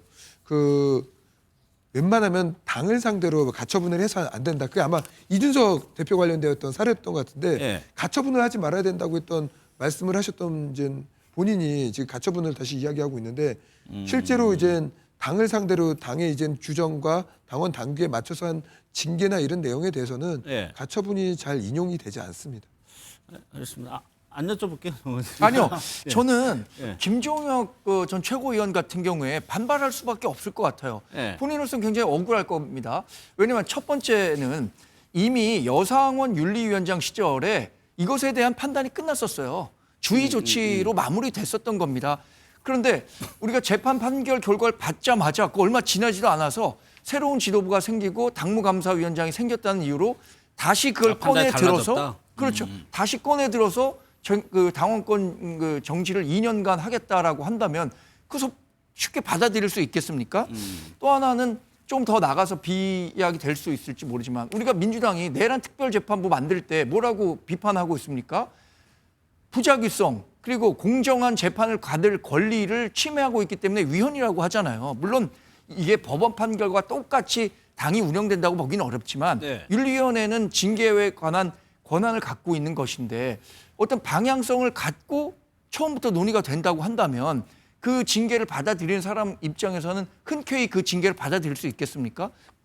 정치적 징계라고 받아들일 수밖에 없기 때문에 이 문제에 대해서 지금 당이 이 시점에 이렇게 한 것은 다른 의도가 있다라는 식으로 해석될 수밖에 없기 때문에 예. 그래서 많은 분들이 좀 걱정하는 목소리를 내고 있는 거라고 봅니다. 예. 조금만 보충 설명을 해드리면 뭐 김종혁 이제 전 최고 같은 경우 이제 제 옆 동네거든요. 바로 제 지역구. 네. 그래서 이제 저도 진짜 자주 봐요. 근데 이제 그런 것과 관계없이 그 실제로 이러한 문제들이 발생했을 때는 이제 소명을 하면 되는데 이분이 이제 소명이 아니라 지금 전쟁을 하고 있거든요. 이게 뭐냐면 당이 이기는지 내가 이기는지 한번 두고 보자 이런 것들을 공개적으로 계속 발언을 하면서 실제로 어떻게 보면 당을 상대로 전면전을 계속 과한 발언들을 하다 보니까 예. 당내 실질적인 여론이 계속 이렇게 악화되고 본인이 이렇게 말씀을 하셨다면 이제 윤리가 이제 작동을 할 때 확실하게 소명을 해서 저번에 이제 주의 조치 받았던 것 같이 네. 다시 한번 소명을 하면 되는 겁니다. 근데 그걸 공개적으로 다 공개하고 그리고 당무감사에서 왔던 문건들 대비거든요.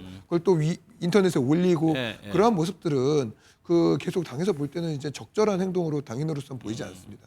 박 교수님은 뭐 제3자적 입장에서 아니면 여당 시각에서 어떻게 지금 보고 계세요? 이 전망 앞으로 어떻게 전개될까요? 그 장동혁 대표가 뭐 나는 전화한 적도 없고 연락한 적도 없고 그러는데 예. 이미 이거 김종혁 최고위원에 대해서 징계가 난 거를 다시 하는 거 아닙니까? 없고 다시 했을 때는 뭐예요? 손 확실하게 보라는 거 아닙니까? 그리고 공약사항으로 한동훈 전 대표 당 게시판 이 문제도 하겠다고 얘기했지 않습니까? 예. 결국은 애초에 당무감사위가 시작될 때 최소 두 사람 김종혁, 한동훈은 정치적으로 날려라. 이런 그 사실상 오다가 있었던 게 아니냐라고 하는 생각을 할 수밖에 없고 예. 당연히 친한계 쪽에서는 반발할 수밖에 없는데 국민들이 봤을 때는 이게 뭘로 보이느냐 하면요. 진짜로 당 주도권 갈등, 개파 싸움, 국민의힘이 이제 앞으로 지방선거 치르고 또 다음 당대표 뽑고 또 해야 되는데 예. 결국은 윤 전 대통령과 선긋기에 이제 다 돌입하고 있지 않습니까? 그럼 선긋고 나서 그 혜택이 친한계로 넘어가면 안 된다. 즉 네. 당 주도권을 한 전 대표가 다시 가져가거나 친한계가 이때다 싶어서 목소리 내거나 그렇게 가서는 안 되기 때문에 친한계의 대표 주자격인 한 전 대표와 그다음에 언론에서 친한계를 대표하고 있는 김종혁 전 최고에 대해서 지금 공격하고 있는 거 아니냐 이렇게 보이는 거고 결국은 당내 지금 뭐 여권과의 대여 투쟁에 공식적으로는 대여 투쟁에 우리는 힘을 합쳐야 된다 그러지만 안에서는 결국은 주도권 싸움으로 서로 죽고 죽이는 전쟁을 하고 있다 이렇게 보이는 거죠. 예. 조영술 대변인께 요거 하나 더 여쭤볼게요. 당명 개정 검토하겠다. 이게 장동혁 대표가 구상하는 그 중도로 나가는 과정 중에 하나로 이해해야 됩니까? 그렇죠. 이제 당세를 이제 확장해야 될 필요는 있고요. 예. 선거는 이제 다가오는 거고, 또 이제 장동혁 대표 같은 경우도 이제 올해 안으로 이제 당내 문제는 최대한 빠르게 해결해야겠다는 의지를 좀 갖고 있습니다. 올해 안으로. 그리고 이제 1월에는 이제 실제로 이제 우리가 이제 선거채비 나가야 되고 뭐 계속적으로 이제 당내 분란을 가져갈 수는 없기 때문에 예. 그거에 대한 이제 강력한 의지를 갖고 있고, 그리고 이제 의원들을 많이 만나면서 무언가 우리 전부 다 바꿔야 되지 않겠냐 정말, 그리고 쇄신해야 되지 않겠냐라는 의견들을 많이 주셨고 예. 그렇기 때문에 그 안에서 당명 교체까지 검토하는데 단순하게 이름만 바꿔서 이제 마케팅하는 것이 아니라 예. 그 이제 보수가 가져가는 그러한 정체성이라던가 재구성이라던가 이거에 대한 것들도 같이 담아낼 수 있는 그러한 이제 내용들에 대한 개혁안들을 지금 구상하고 있는 것 같습니다. 그렇죠. 그게 당명에 담기는 거죠. 당명에도 담기고요. 예. 그리고 이제 우리가 이제 필요하다면 이제 당원 당규에 이제 들어가는 그러한 정체성 부분 이런 예. 부분들까지도 한번 검토해서 포괄적으로 살펴보고 있는 것 같고, 그것 때문에 지금 계속 의원들을 만나면서 그리고 당내에 있는 이제 뭐 당협위원장이라든가 주요 구성원들 만나면서 예. 계속적으로 의견을 청취하고 있습니다. 이제 뭐 강수필 부대 이 국민의힘 뭐 의원의 관계자 얘기를 관계자별로 나온 얘기 보면 가장 핵심적인 건 그게 아니다. 네. 윤 전 대통령의 관계 문제, 계엄에 대해서 입장 표명 이런 거 지적을 하거든요. 그러니까 이제 뭐 앞서서 뭐 김종혁 전 최고 막 관련 징계 관련해서 얘기했잖아요. 제가 이제 삼자적인 입장에서 봤을 때 예. 제가 내부적인 사정은 잘 모르지만 어쨌든 계엄에 반대하고 탄핵에 반대하는 이 당론이 잘못됐다. 그리고 국민들에게 사과해야 된다라고 말을 하는 것이 어떻게 당헌 당규 위반이 되고 당원과 당 대표를 모독하는 행위가 될 수 있는가에 예. 대해서는 객관적인 입장에서 봤을 때도 좀 물음표가 있고, 지금 당명을 바꾼다고 하는데 아니 사람이 바뀌어야지 이름 바꾼다고 뭐 달라집니까? 아니 뭐 이름 바꿔가지고 다른 사람으로 착각할 수 있지만 그 본성 어디 가겠습니까? 바로 또 사고 치는 것이죠. 그렇기 때문에 지금 국민의힘에게 필요한 거는 자, 뭐 보수 정체성? 보수 정체성이 뭔데요? 이게 뭐 계엄에 찬성하고 윤석열 전 대통령 다시 돌아와야 된다라고 하고 그렇게 주장하는 사람들 전진 배치하는 것이 이게 보수의 정체성입니까? 예. 그래서 이름 바꾸는 것도 중요하지만 그보다 더 중요한 거는 기본적인 당의 어떤 지향하는 바가 예. 쉽게 구체적으로 말하면 계속 말씀드렸던 이 윤석열 전 대통령과의 관계에 대해서 다시 재정립을 하는 것부터 시작해야지 그 이후에 이름을 바꿔야지 뭐 그 전에 이름 바꾼다고 해서 달라질 건 없을 것 같습니다. 조금 잘못된 내용이 있어서 좀 교정하겠습니다. 그 이제 지금 현재 징계라든가 이런 게 뭐 사과해라 뭐 이래 가지고 징계하는 건 아니고요. 아까 말씀드렸던 것 같이 당내 다른 의견에 대해서는 충분히 수용하는데 조롱과 혐오를 하는 발언들 이런 것들을 다루고 있는 거고, 실제로 장동혁 지도부나 이제 국민의힘 지도부에서는 그 당내에서 보면 이제 우리 이제 원내대표 같은 경우 뭐 절까지 하면서 사과하고 뭐 이렇게 했거든요. 이런 그 사과라는 의원들에 대해서 전혀 뭐 징계라던가 뭐 비판이라던가 이런 거 없습니다. 그건 다양한 이제 목소리로 이제 담고 있는 것이고 그 징계 부분은 조금 다른 부분이다라는 말씀을 좀 정리해드리겠습니다. 알겠습니다.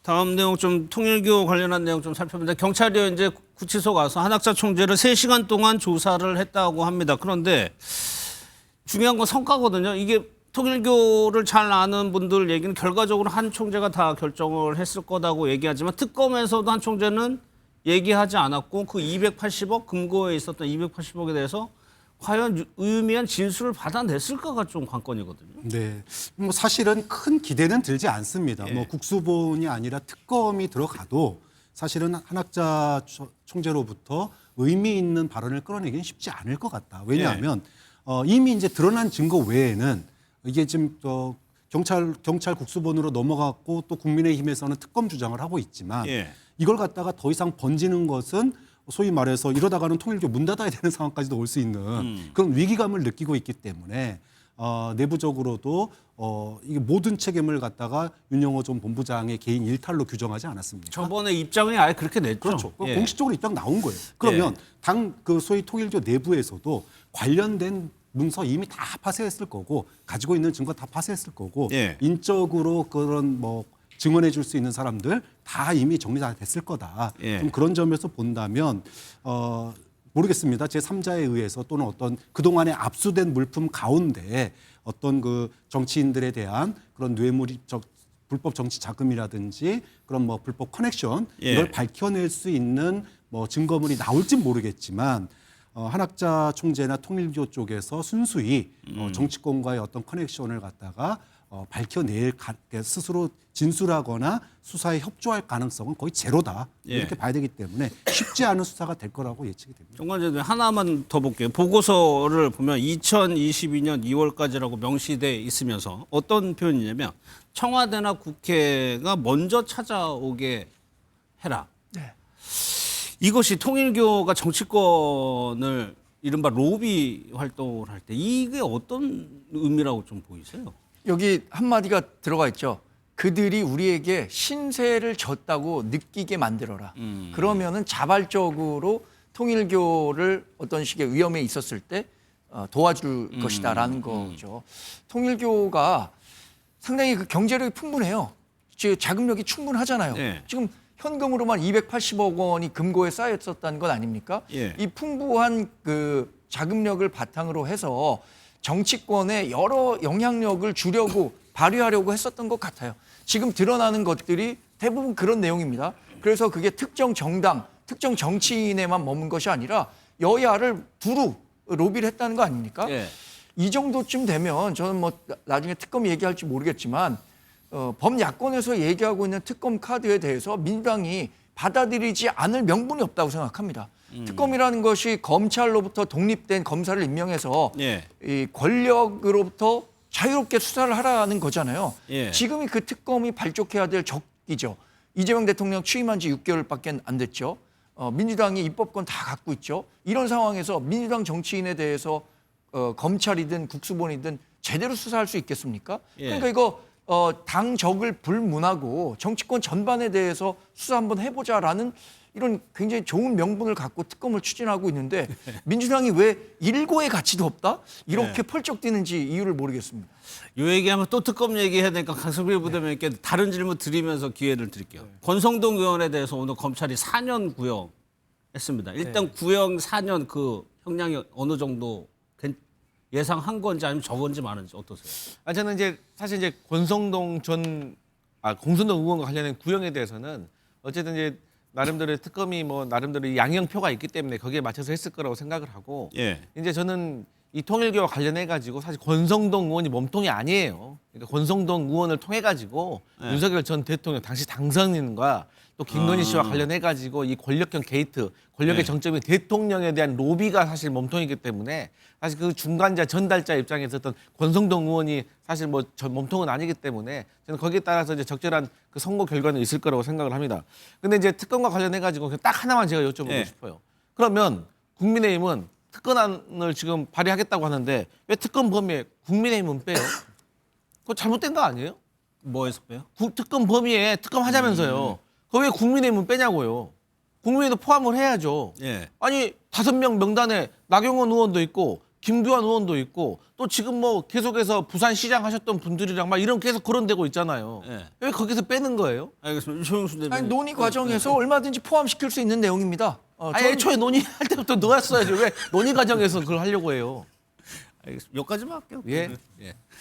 권성동, 조영수 대변인께 이거 여쭤보죠. 권성동 의원인데 선고가 1월 28일 날 나온대요. 윤 전 대통령 그 4개 재판 중에 첫 선고가 16일 날 나오잖아요. 그 1월 중하순부터 지금 야권과 해당하는 내용들의 선고가 지금 계속 쏟아지는 맞습니다. 거거든요.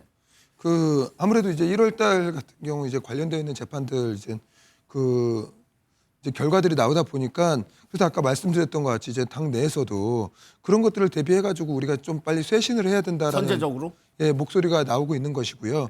그리고 이제 당내에 대한 그러한 그 이제 분란이라든가 이런 것들도 빨리 정리를 해야지 안 그러면 이제 우리가 이제 굉장히 이제 혼란스러운 상황에 빠질 수밖에 없다. 그래서 이제 장동혁 지도부 같은 경우 그래서 그런 쪽으로 굉장히 당내 이제 혁신 드라이브를 1월 달 이후에는 빠르게 걸 거라고 보고 있고 어떠한 결과가 나오든 당의 입장에서는 이제 단일 대우를 유지해야 대응을 제대로 할 수 있기 때문에 그런 차원으로 이제 준비를 할 것 같습니다. 알겠습니다. 다음은 김건희 여사와 관련한 좀 보도 내용을 살펴볼 텐데 특검이 이제 내란 특검위원 조사 결과를 발표하면서 김건희 여사가 윤 전 대통령에게 화를 냈다는 얘기를 했었죠. 사실 그때 시점에 대해서는 명확하게 얘기를 하지 않았는데 이게 언제 화를 낸 것이냐. 계엄 직후라는 해석이 많았었는데 이날 화를 냈다는 좀 보도가 나왔습니다. 영상을 좀 먼저 보겠습니다.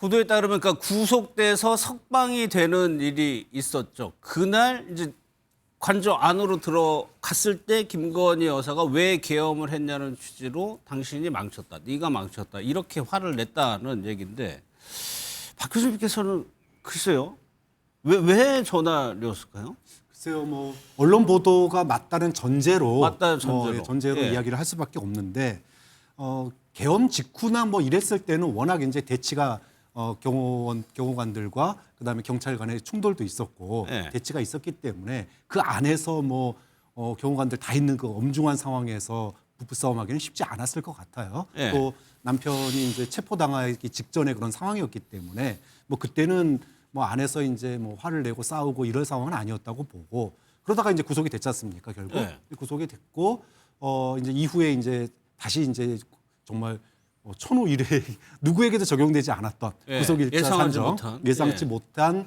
그런 그 구속 취소로 해서 다시 나오게 됐는데 이제 그때는 그 동안에 이제 쌓여놨던 속의 말을 갖다가 할 기회가 처음으로 열린 게 아니냐. 근데 그럼 그 동안 왜 이제 쌓였던 것이 있었느냐? 네. 사실은 계엄 직전의 상황을 보면 윤 전 대통령 국정 수행 지지율 굉장히 낮았고요. 그 원인 중에 하나가 본인이었습니다. 예. 김건희 씨였어요. 그렇기 때문에 이 문제를 갖다가 풀어가기 위한 김건희 씨도 다양한 어떤 계획 같은 것들을 나름대로 뭐 이제까지 보면은 윤 전 대통령 뒤에서 김건희 씨가 뭐 이러저래 많이 이제 조종하는 듯한 그런 내용들이 많이 나왔지 않습니까? 예. 결국은 본인 사건에 대해서도 검찰이 무혐의 발표를 했지만 이후에 이 여론을 갖다가 어떻게 다시 가져올지에 대한 아마 보관들이 있었을 것 같아요. 그런데 본인이 뭐 특검 결과에 따르면 갑자기 계엄을 하면서 이게 이제 소위 말해서 본인이 쓸 수 있는 힘, 계엄과 탄핵으로 인해 가지고 대통령실에 있으면서 쓸 수 있는 뭐 언론전, 여론전, 그다음에 국회의원들 이 모든 것들을 한순간에 이제 쓸 수 없게 되는 무장해제를 김 당하는. 여사가 스스로 전국 운영에 대해서 보관이 있었을 것이다. 저는 뭐 그렇게 예. 생각합니다. 뭐 모든 권력자들은 자기가 이거를 갖다가 어떻게 빠져나갈 구멍이 없을지에 대해서 예. 항상 생각해 왔고 검찰로 법적인 것으로 끝나는 것이 아니라 이후에 정치적으로 또는 윤 전 대통령의 퇴임 이후까지 어떤 나름대로의 플랜들이 있었을 텐데 계엄과 탄핵으로 인해 가지고 쓸 수 있는 카드가 하루아침에 다 사라져버리게 된 거죠. 예. 이제 그러다 보니까 그 원망을 계엄 직후에는 할 수 없었지만 이제 구속 취소로 어느 정도 이제 숨을 돌리게 되는 예. 그런 상황이 되니까 그때 이제 폭발해서 쏟아낸 게 아닐까 예. 이렇게 예상을 해봅니다. 그 구치소에서 나오는 영상을 저희가 보여드렸지만 강철 부대 전화를 생각해 보면은 윤 전 대통령과 윤 전 대통령을 지지하는 사람들에게는 네. 뭐 거의 축제처럼 윤 전 대통령도 기분이 좋아서 막 인사하고 막 그랬단 말이에요. 이게 맞다면 왜 그날 김 여사도 그럼 좋아야 되는 거 아닙니까? 근데 이제 저게 구속이 취소됐다는 것이 예. 그 모든 상황이 종료됐다는 건 아니잖아요. 그야말로 이제 밑바닥까지 떨어졌다가 이제 한 칸 계단 받고 올라선 거지. 앞으로 이제 탄핵 심판도 기다리고 있고 탄핵 심판 끝난 다음에 이제 형사 재판 기다리고 있고 또 여러 가지 이런 과정 속에서 이제 진술이 깨질 수가 있고 국민 여론이라는 게 있고 그렇기 때문에 이미 방어선이 뚫렸기 때문에 김 여사는 전체적인 판을 잘 네. 그대로 그렇게 읽고 있었다. 근데 저는 기본적으로 예. 저 말을 믿지 않아요. 아. 언론의 그 제보 자체를 믿지를 않아요. 왜요? 왜냐면 보세요. 아니 계획을 많이 해놨다고. 자기가 뭔데 계획을 해요. 자기가 뭔데 계획을 하냐고요. 그리고 또 이게 단 한 사람 그 옆에 있었던 무슨 참모 한 사람의 증언이라고 하잖아요. 저는 네. 오히려 저 증언도 김건희 씨는 계엄에 대해서 몰랐다라는 알리바이를 만들기 위한 또 다른 책략이 아닌가 저는 그렇게 의심이 갈 수밖에 없고 저희 민주당과 그리고 최근 뭐 국민의힘 주호영 의원도 말했지만 저희가 계속 주장하잖아요. 김건희 특검법 그 통과될 것 같으니까 그거 막으려고 계엄을 했는데 본인의 어떤 사법적인 리스크, 김건희 특검법을 막기 위한 계엄을 했는데 본인이 그 내용을 몰랐을까요? 그리고 군 사령관들하고 안가하고 그리고 관저에 불러가지고 뭐 장성으로 승진시킨 다음에는 거의 한 달에 한 번꼴로 불러가지고 술 마시면서 얘기를 했다는데 김건희 씨가 몰랐을까요? 같은 집에 살면서. 그래서 저는 기본적으로 김건희 씨가 몰랐다라고 하면 당일날은 몰랐다고 할 수 있지만 이 전체적인 이 김건희 특검법을 막기 위해서 계엄을 할 거라는 이 얼개 자체는 몰랐다는 것은 저는 말이 안 된다라고 생각합니다. 그러면은 김건희 여사 측에서 특검이 저거 얘기한 거니까 특검을 속인 거네요. 특검은 그래서 김 여사는 몰랐다고 결론을 내렸잖아요. 사실 그래서 저희 좀 민주당 진영에서는 특검에 대해서 사실 아쉬워하는 부분이 저런 것들이에요. 아니 사실 저런 걸 굳이 뭐 아니 그것도 이게 무슨 실체적인 진실을 규명하는데 이게 의미 있습니까? 뭐 당신 때문에 망했다 이런 말이 뭐 의미 있습니까 사실? 그렇기 때문에 사실 저런 것은 저는 나오지 않았어야 될 보도가 아닌가 저는 그렇게 생각합니다. 아니 이유는 다르지만 특검의 발표를 믿지 않는다고 한 분이 지난 월요일에 서정욱 변호사가 저런 발언이 있었을 것 같지 않다라고 믿지 않는다고 했는데 민주당 진영을 대표하는 우리 강성필 부대변인께서 특검의 이야기를 믿지 않는다고 하니까 굉장히 아이러니입니다. 이게 뭐 배경은 다른 것 같아요. 그러나 김건희 여사가 계엄에 관여했느냐 관여하지 않았느냐는 지난 180일간 특검이 샅샅이 뒤져서 해봤더니 김건희 여사는 군인과 일절 연락 한 번 한 적이 없더라. 계엄에 대해서 관여한 게 없더라. 라고 종합해서 발표했는데 이 부분에 대해서 그거를 규명하지 못했을 뿐이다라고 얘기하는 그거는 지나친 좀 음모론에 가깝다라고 저는 평가할 수밖에 없겠습니다. 최용술 대변인도 뭐 저도 뭐 같죠.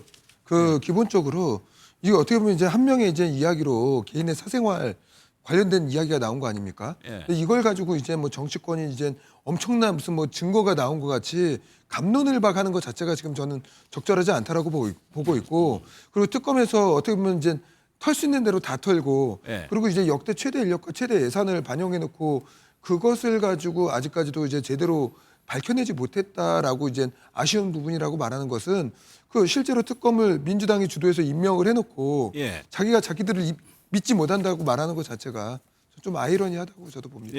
또 하나의 좀 의문점이 뭐가 있냐면 김건희 여사가 그동안의 특검 수사들 보면은 뭐 장관 뭐 여러 번 수시로 국정원장과도 얘기하고 그런데 계엄이 있는 날에는 통화 기록이 없다라는 게 무엇을 얘기하냐는 두고 또 해석이 또 많거든요. 네, 뭐 가장 일반적인 해석은 뭐 계엄에 대해서 전혀 몰랐을 거다.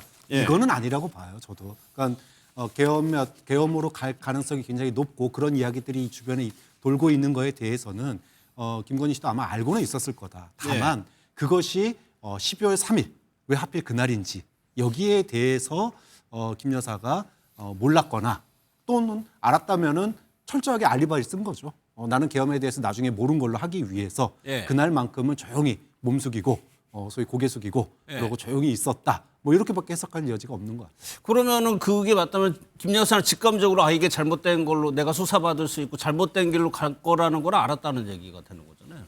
그러니까 이제 김건희 씨도 사실 이 계엄에 대해서 알고는 있었을 거라고 저는 분명히 생각을 하는데 의심하는데 알면서도 그 비상 계엄에 대해서 찬성했는지 반대했는지는 또 다른 문제일 수도 있거든요.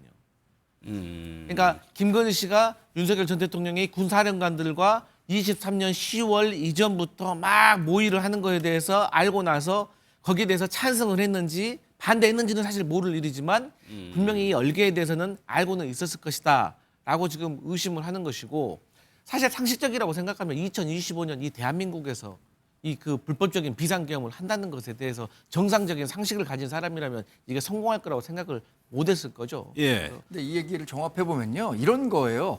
윤석열 전 대통령이 나에겐 비상대권이 있다. 그래서 수차례 그 계엄이 있기 전부터 얘기를 했다는 거잖아요. 군인들을 상대로 또는 뭐 국민의힘 그 당직자를 대상으로 얘기를 했다고 하니까 집에서 뭐 부인인 김건희 여사가 그런 얘기 할 수 있었겠죠. 내가 진짜 한번 쓸어버리겠어 이런 얘기 할 수 있겠죠.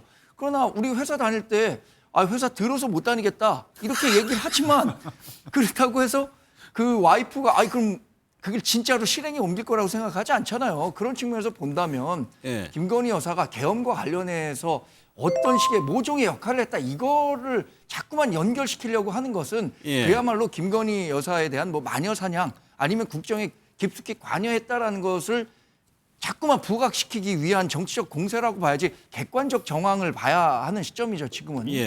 지금 앞서 저희가 이제 권성동 의원에 대해서 1월 28일 날 선고가 이루어질 거라고 말씀드렸는데 3명 모두에 대해서 1월 28일 날 선고를 한다는 겁니다. 김건희 여사, 권성동 의원, 윤영호 씨. 이렇게 되면 김건희 여사에 대해서도 첫 번째 사법 판단 아닌가요, 저게? 그렇죠. 1심 이제 선고가 나오는 거죠. 지난번에 이제 구형을 했지 않습니까? 그래서 다 합쳐가지고 15년 이렇게 구형을 했었는데 거기에 대해서 이제 선고일이 언제쯤 될까? 아마 1월 중하순 될 거다라고 예상을 했었는데 날짜가 이제 나온 겁니다. 28일로. 그러면은 윤 전 대통령을 제외한 굵직굵직한 어떤 그 큰 1차적으로 특검이나 또는 이제 검찰에서 그동안 했던 이 재판들이 1월 달이면은 큰 얼개가 선고에 형이 그러니까 형량이 어느 정도로 나올지 뭐 유무죄를 포함해서 형량까지 1월 말이면은 얼추 나오고 오로지 이제 윤 전 대통령만 이제 2월 달 중하순 이렇게 지금 잡히는 분위기인 것 같아요. 그러니까 내란 특검 뭐 가장 중요한 게 내란 특검의 재판 그건 한 2월쯤 보는 것 같더라고요. 그런데 1월 16일부터 순차적으로 선고가 된다면 맞습니다. 분위기는 어느 정도 잡히잖아요. 그러니까 이제 지금 윤석열 전 대통령의 이제 구속 만료 기간이 1월 18일 아닙니까? 그러니까 이제 한 재판부에서는 1월 16일 날 선고하겠다라고 했잖아요. 그러니까 이제 화들짝 놀라가지고 이제 이 내란 재판에 대한 결과가 나와야지 이 체포 방해 혐의 이것은 또 그 나오는 그 거다. 논리로 되겠죠. 했는데 또 그 재판부에서 내란하고 상관없다. 이거 그렇게 16일 하겠다라고 했기 때문에 저는 어쨌든 그 16일 나오는 선고가 중요하고 물론 이제 김건희 씨, 권성동 의원, 윤영호 씨 이분들은 이제 내란과는 또 다른 결인 거잖아요. 그렇죠. 그렇기 때문에 지켜봐야 될 문제지만 어쨌든 김건희 씨는 이거 말고도 또 계속해서 비위 행위라든지 이런 것들이 또 기다리고 있기 때문에 저는 어쨌든 그 제대로 된 유죄 판결과 거기에 따른 적절한 양형과 선고 결과가 있기를 기대합니다. 통일교와 관련해서 김규환 전 의원 뭐 의혹에 연루돼 있었죠. 이게 근데 돈 받은 정황들이 계속적으로 나오고 있는데 이 내용도 영상 보고 잠깐 짚어보도록 하겠습니다. 본인 김규환 전 국회의원은 이 자리에서 분명히 말씀을 드리겠습니다. 통일교로부터 불법적인 돈 받은 사실이 전혀 없습니다. 죽고 싶을 만큼 억울한 게 뭔지를 이번에 저는 알았습니다. 생사람 잡지 마십시오. 저는 그 사람한테 선물도 밥도 한 그릇, 음료수도 한 잔 들어먹은 적 없습니다. 본부장님의 초청을 받고 나서 연습을 한번 해봤습니다. 띄워라 동서남북 바람 불제 언제나 오시려나 배 띄워라 저렇게 주장을 했는데 지금 나오는 보도 내용들은 이렇습니다. 공문으로 위촉을 해서 고문료를 받았다는 건데 여기에 대해서 김 전 의원은 그냥 노동의 대가로 받은 거 원천징수 정당하게 받은 거라고. 이거 한번 판단해 볼게요. 우리가 잠깐 다른 뭐 정치인들도 사실은 뭐 대형 정치인들도 특정 어떤 단체나 또는 뭐 이런 데 가서 연설하는 경우는 왕왕 있습니다. 뭐 강사료를 안 받는 경우도 있고 또 안 받는 경우도 있고. 근데 대부분이 이게 보면 일회성이에요. 대부분 일회성인데 고문으로 위촉돼서 한 달에 200만 원씩 물론 세금 떼서 150이라고 하지만 이걸 갖다가 6개월 이상 받았다? 그런데 나는 통일교로부터 돈 받은 적 없다? 이걸 어떻게 해석을 해야 됩니까? 아니 정기적으로 6개월 동안 돈을 받았으면 거기 사실상 직원 아닙니까? 우리는 보통 그렇게 해석을 하잖아요. 그런데 나는 그거 세금 다 뗐으니까 그건 돈이 아니고 그건 노동의 대가다, 월급이다. 그럼 이걸 어떻게 해석해야 됩니까? 통일교라고 하는 단체가 가지고 있는 위상 그리고 지금 정치 개입을 하려고 했던 시도 그 고리로서 소위 국민의힘을 공략하는 첫 번째 약한 고리가 김규환 전 의원으로 지금 읽히고 있는데 예. 본인이 거기서 그냥 강사료 한 번 받은 게 아니라 고문료로 6개월 동안 1,400만 원을 받았다? 그러면 뭔가 거기서 정기적인 업무를 통해서 정기적으로 명목상이지만 정기적으로 돈을 받은 건데 나는 돈 한 푼 받은 적 없고 생사람 잡는다 그러면은 도대체 그럼 돈 받은 사람들은 뭡니까? 예. 그런 점에 있어서는 지금 김규환 전 의원이 논리적으로 국민들을 설득시키고 있지 못하다 이렇게 예. 보는 거죠. 정광재 대변인은 이거 어떻게 보이세요? 통일교로부터 한 푼 받지 않았다라는 발언을 이것만 놓고 보면 쉽게 이해하기는 좀 어려울 것 같아요. 그러니까 예. 세계평화 액면 그대로 말 의원협회에 고문을 했는데 예. 그 단체가 통일교와 어떤 연관성이 있는지 몰랐다라고 한다면 난 통일교로부터 돈 받은 적 없다라고 얘기할 수 있을 것 같은데 그게 통일교와 밀접한 관계가 있는 단체인 줄 알았다면 이 지금 김 전 의원이 얘기하는 것은 조금 설득력이 떨어지는 거 아닌가? 예. 객관적인 정황만 놓고 보면 그렇게 평가해 볼 수 있겠습니다. 예, 알겠습니다. 다음 내용은 도대체 이게 어떻게 되는 건지 모르겠는데 이문정 지검장과 백혜령 경정의 갈등이 지금 며칠째 계속되고 있습니다. 출근할 때부터 좀 어느 정도 예고는 됐었죠. 그 영상 좀 보겠습니다. 마약 게이트는 이렇게 보셔야 됩니다. 대통령 내외가 마약 수입을 했다, 마약 독점 사업을 했다, 내란을 경험하고 나니 있을 수 있다는 생각이 들지 않습니까? 저는 이 마약 게이트에서 내란의 운영 준비 자금으로 이 마약 독점 사업을 했다고 확신하고 있는 사람이고요. 합수단은 위법하게 전혀 어떤 절차도 거치지 않는 불법 단체입니다. 공직자로서 신념이 처음 흔들립니다. 저는 평소 명예롭게 퇴직하시는 선배님들을 굉장히 존경해 왔습니다. 그 길을 저도 조용히 걸어야 하지 않을까. 도대체 두 사람의 이런 신경전이 어떤 의미인 건지 강선필 부대변인께 한번 여쭤볼 텐데 지금 주고받는 공방을 보면 굉장히 거칩니다. 이문정 지검장이 느낌과 추측을 사실과 구분해 달라라고 얘기를 했고 백혜령 경장은 더 거칠어요. 아예 수사 기초도 모른다고 하고 동부지검의 관세청 대변인이라고 지금 서로를 겨냥하고 있는 거예요. 강선필 부대 이거 어떤 상황인 거예요? 지금? 일단 정확한 것은 저렇게 이문정 검사장하고 백혜령 경장하고 저렇게 이제 감정적인 싸움 한다는 자체가 부적절한 겁니다. 예, 예.